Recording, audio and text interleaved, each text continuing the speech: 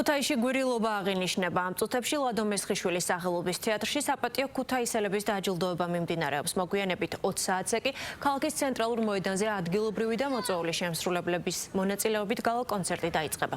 მანამდე კი მთელი დღის განმავლობაში სადღესასწაულო ღონისძიებები ქალაქის ცენტრალურ მოედანზე იმართება. მოწყობილია სხვადასხვა სივრცე. ასევე ქალაქის ცენტრალურ ბულვარში საზეიმო ვითარებაში გაიხსნა შემეცნებით ინოვაციური სივრცე University.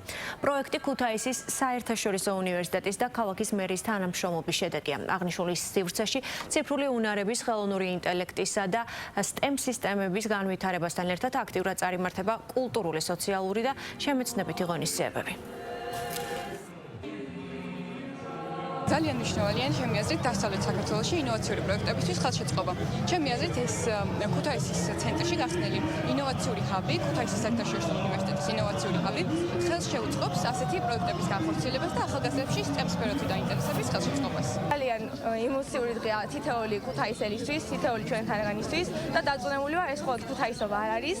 მთელი ქვეყნისთვის მნიშვნელოვანი დღესასწაულია და ძალიან ბედნიერი ვარ და ძალიან მიჭირს ემოციებით გამოვხატო, როგორი მიხარია რომ დღეს აქ გავარ და შემიძლია რომ ამ დღესასწაულის მონაწილე ვიყო. ცენტრალურ სკვერში ქალაქში გაიხსნა ქუთაისის საერთაშორისო უნივერსიტეტის წარმომადგენლობითი ოფისი, ეს არის მედიათეკა, რომელშიც თავს მოიყრის ახალგაზრდული ინიციატივები, ინოვაციური იდეები და ქუთაისის საერთაშორისო უნივერსიტეტის საუკეთესო ტრადიციებში მოხდება ახალგაზრდებთან მუშაობა იმ მიზნით, რომ ქვეყნის განვითარებას მოხმარდეს ჩვენი პროგრესი და ჩვენი იდეები. მე მინდა განსაკუთრებით მიულოცო დღევანდელი დღე ქუთაისელებს და განსაკუთრებით მიულოცო ეს დღე ახალგაზრდებს.